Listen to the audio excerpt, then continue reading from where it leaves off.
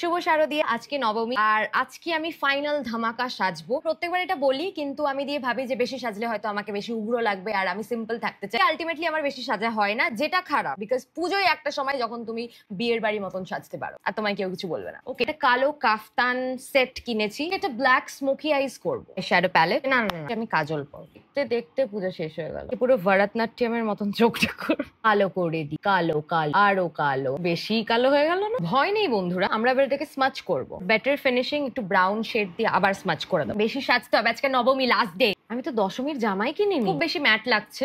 আজকে একটু ঝিকি লাগা করতে হবে, কারণ কি পুজো। একটুখানি গোল্ডেন দিচ্ছি। সিদ্ধা এই আই লুকটাকে জাস্টিফাই করার জন্য 2 কেজি মাস্কারা দিতে হবে। এখন কিন্তু 4টে বাজে আর আমার 7টায় যাওয়ার কথা। গেট রেডি উইথ মি করতে গিয়ে আমার মেকআপটা 12টা বাজাতে পারছি না। আইব্রো আর ব্লাশ আমি করে আসছি, বিকজ দ্যাটস নট ইন্টারেস্টিং। সেই সকালে মেকআপ করেছিলাম, ওই মেকআপের উপরই মেকআপ চাপাচ্ছি। Tell me your lazy without telling me your lazy. লিপস্টিকের জন্য আমি ইউজ করবো ববি ব্রাউন, কারণ শখের দাম তো। কমেন্টে লেখো, বলে দিই শেড। এক্ষুনি শেড জিজ্ঞেস করতে লাগবে দাম। Down town plum 608। এবার একটু জামাটা দেখাই। This is the dress. I just realize যে আমাকে পুরোটা এখন ইস্ত্রি করতে হবে, কারণ কি আনতে গিয়ে পুরো কাছে ভাবে ক্রিজ হয়ে গেছে। বাট